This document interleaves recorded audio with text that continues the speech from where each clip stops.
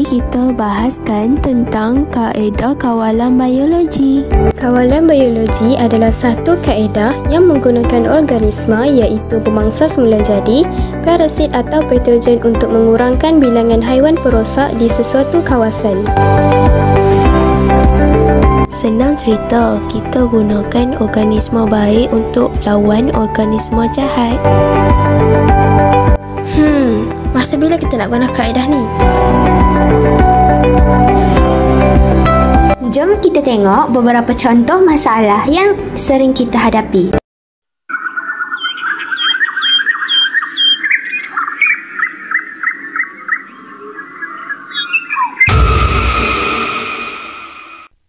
Terkejut aku. Pak Karim, kenapa muka marah ni? Ada masalah ke?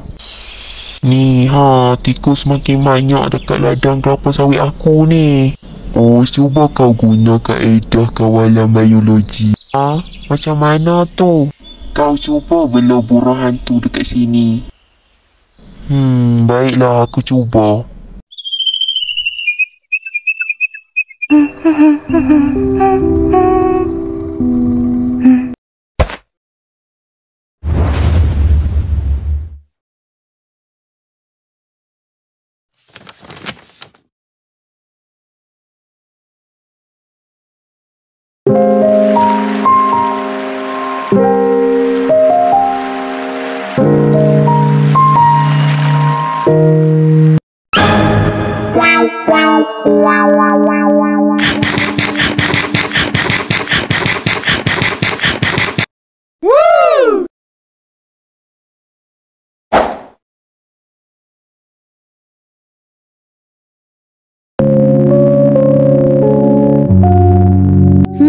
Sejuk mata memandang.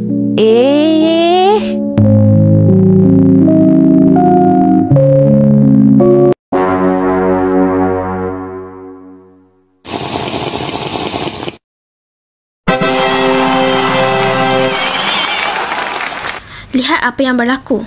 Apakah kaitan semua contoh masalah tadi dengan kaedah kawalan biologi?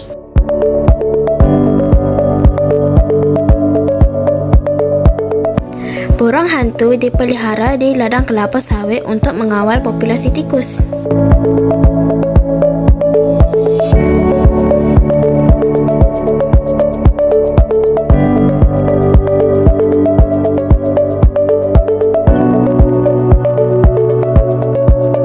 Kumbang kura-kura memakan afid iaitu perosak tanaman.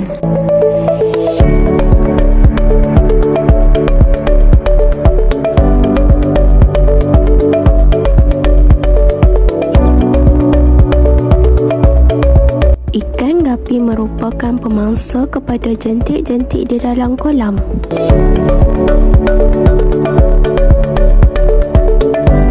Sekarang, jom kita lihat kelebihan dan kekurangan kaedah kawalan biologi. Kelebihannya ialah lebih mesra alam, lebih murah dan tidak menjejaskan alam sekitar.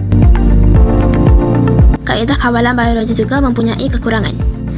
Antaranya, mengambil masa lebih lama dan keseimbangan ekosistem terganggu.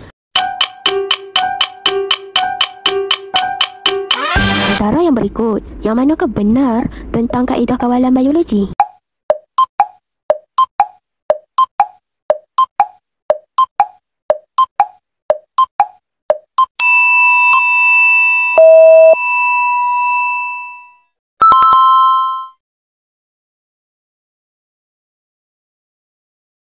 Pilih jawapan yang sesuai bagi contoh masalah kaedah kawalan biologi.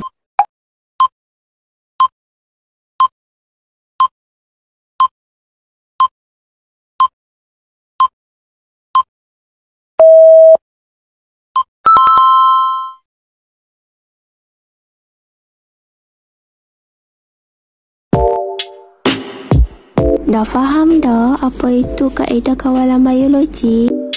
Simple je kan? Lepas ni, tak perlu pening-pening dah. Rujuk je balik video ni. Ush, semua angle nak keluar. Dengan menggunakan kaedah kawalan biologi ini, kita dapat memperoleh pelbagai manfaat bagi manusia, flora dan fauna serta alam sekitar.